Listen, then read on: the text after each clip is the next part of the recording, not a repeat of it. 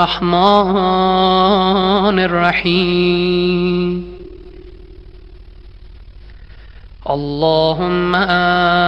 إني أسألك أن تصلي على محمد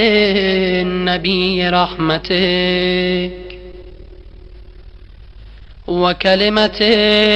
نورك،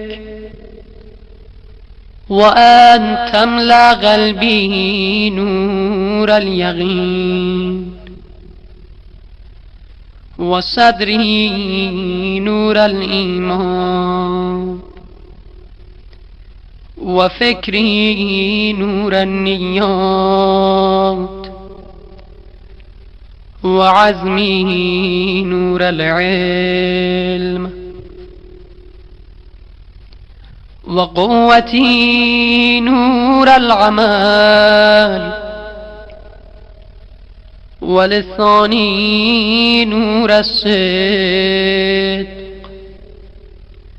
وديني نور البصائر من عندك وبصري نور الضياء وسمعي نور الحكمة ومودتي نور الموالاة لمحمد وآله عليهم السلام حتى ألقاك وقد وفيت بعهدك وميثاقك فتغشيني رحمتك يا ولي يا حميد. اللهم صل على محمد حجتك في أرضك وخليفتك في بلادك والداعي إلى سبيلك والقائم بقسطك والثائر بأمرك ولي المؤمنين وبوار الكافرين ومجل الظلمة ومنير الحق والناطق بالحكمة والصدق وكلمتك التامة في أرضك المرتقب الخائف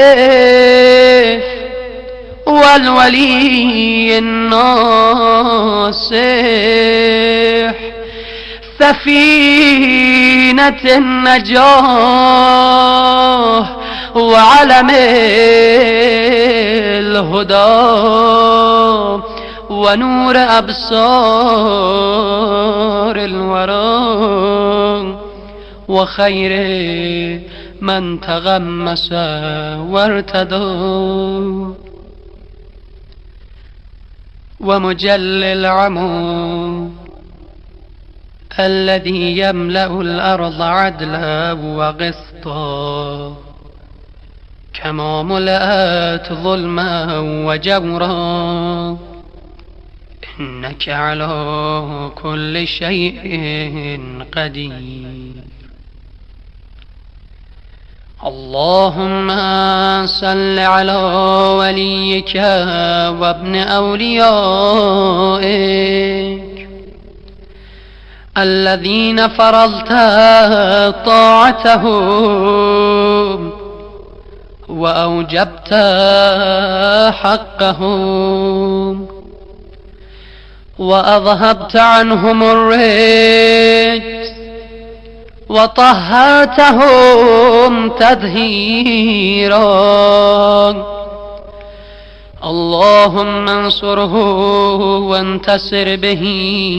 لدينك، وانصر به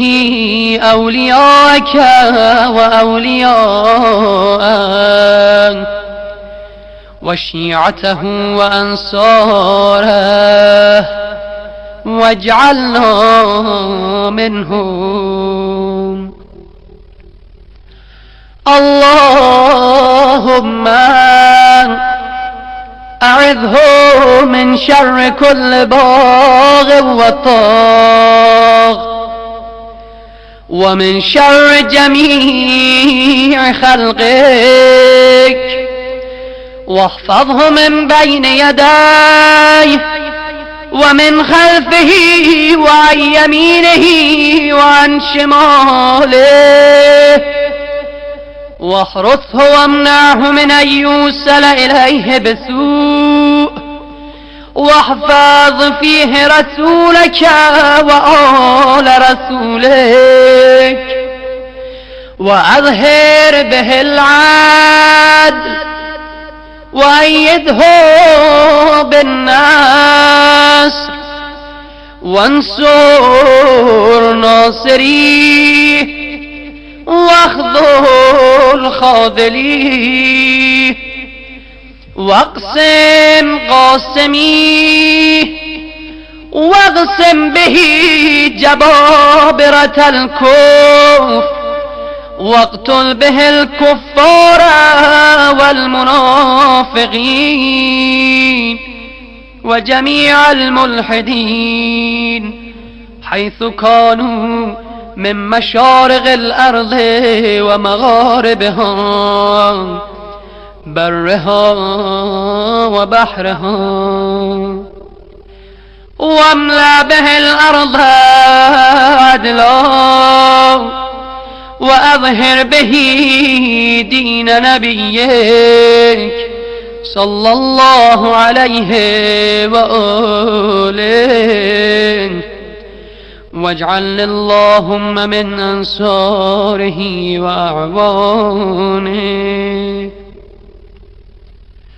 وأتباعه وشيعته، وأرني في آل محمد عليهم السلام ما يأملون، وفي عدوهم ما يحذرون. إله الحق آمين يا ذا الجلال والإكرام يا أرحم الراحمين.